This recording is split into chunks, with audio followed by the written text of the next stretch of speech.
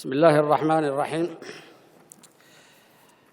Monsieur le Premier ministre de l'Inde, Narendra Modi, le président de la République du Zimbabwe, président de l'Union africaine,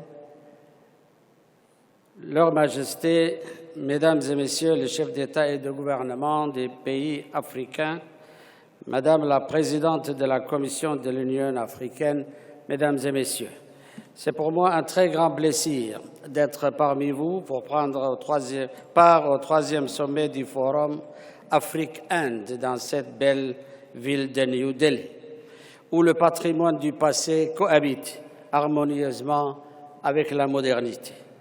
Je voudrais exprimer mes sincères remerciements au gouvernement et au peuple indien pour l'accueil et la chaleureuse hospitalité qui a été réservée à ma délégation et à moi-même depuis que nous sommes arrivés ici, ainsi que pour les excellents arrangements mis en place pour accueillir un si important forum.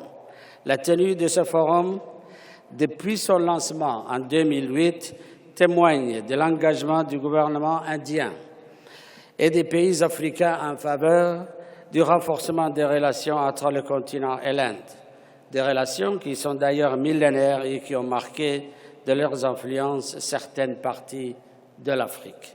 L'histoire récente, quant à elle, rappelle la similarité de nos luttes respectives contre le joug du colonialisme qui a asservi nos pays pendant plus d'un siècle.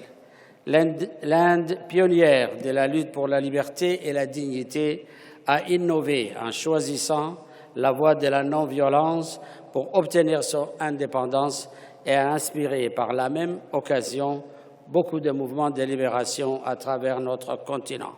Une appartenance commune au groupe des 77 notre appartenance commune au groupe des 77 est une illustration de notre grande détermination à préserver notre neutralité. Aujourd'hui, ce sommet nous permet d'affirmer clairement que l'Afrique n'est le précaré d'aucune puissance et qu'elle accueille tout partenariat mutuellement bénéfique et respectueux des valeurs de chacun. Permettez-moi de remercier ici le gouvernement et le peuple indien pour son engagement dans les opérations de maintien de la paix en Afrique en vue de renforcer la sécurité et la stabilité dans notre continent. À travers l'ultime sacrifice que ces soldats ont payé sur le sol africain, l'Inde a démontré de son attachement au réaffirmissement de nos relations. Monsieur le Premier ministre, Excellences, depuis le dernier sommet du Forum Afrique-Inde à Addis Abeba en 2011, la croissance fulgurante de nos échanges économiques et commerciaux sont une preuve convaincante de l'utilité, mais aussi de la vitalité de notre partenariat. Depuis 2007, ces échanges se sont multipliés de manière exponentielle pour atteindre plus de 70 milliards de dollars, alors que les investissements connaissent une augmentation régulière d'année en année. L'Inde, Monsieur le Premier ministre, est un pays émergent qui connaît une croissance positive grâce à ses multiples atouts, notamment ses atouts industriels et technologiques, et est indubitablement destiné à être une puissance économique sur le plan mondial. De son côté, l'Afrique connaît depuis une décennie une croissance économique forte et stable, amenée à croître compte tenu du potentiel énorme du continent. Nous sommes également fortement impressionnés par le dynamisme des PME, PMI indiennes qui connaissent un essor indéniable en Inde et en Afrique, et ce, en utilisant leurs propres ressources et compétences. En ce sens, nous souhaiterions nous inspirer du modèle indien d'entrepreneuriat et développer notre tissu de petites et moyennes entreprises, ce qui constitue un élément essentiel dans le processus d'industrialisation de notre continent.